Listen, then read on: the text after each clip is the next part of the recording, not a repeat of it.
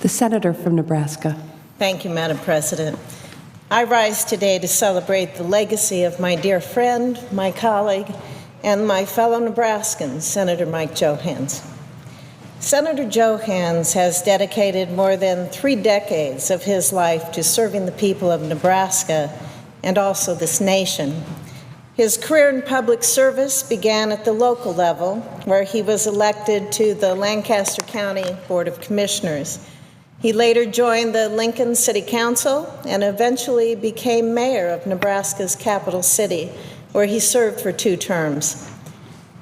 Perhaps the most infamous decision that Senator Johanns ever made throughout his career in public service was in his days as mayor of Lincoln. After an early season winter storm dropped more than a foot of heavy, wet snow on Lincoln in a late October, Mayor Johanns decided to cancel Halloween. He cited power outages and hazardous downed power lines. As you can imagine, this news was not received well among some of those Lincolnites.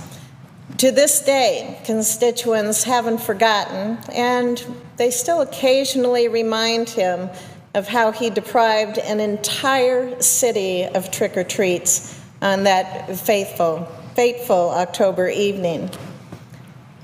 He made up for it, though, when he and his wife, Stephanie, treated children who came to trick-or-treat at the mansion.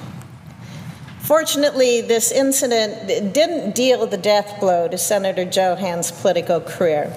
He went on to serve as governor of Nebraska and was reelected to a 2nd term. As governor, he focused on fiscal discipline and the responsible use of limited state tax dollars, principles that he upholds here in the Senate as well. At one point as governor, he even vetoed an entire 2-year budget proposal because it raised taxes to expand government power. He also championed ambitious mental health reforms that allowed patients to receive care in the stability and in the security of their own communities where they could be near their loved ones. A decade later, these reforms in Nebraska are still regarded as a major milestone in improving mental health care. Before he was a senator or a governor or a mayor or a city councilman, he worked on his family's dairy farm. That's not easy work.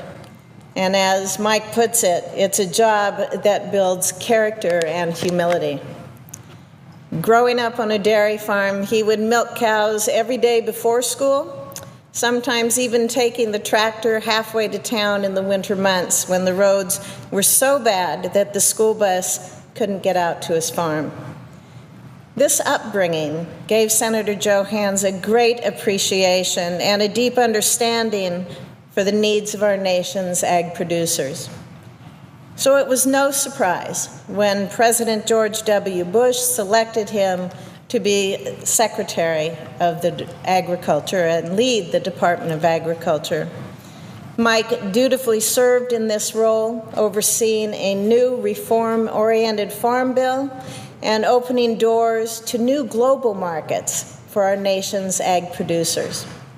As Secretary of Agriculture, he saw firsthand the challenges facing hungry nations.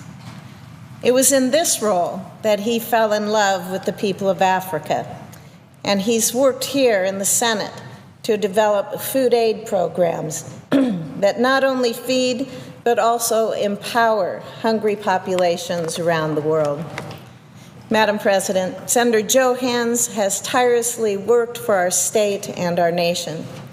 He brought to the Senate a unique perspective, having served virtually every level of government, and his well-rounded approach to his work here reflects that rare wisdom.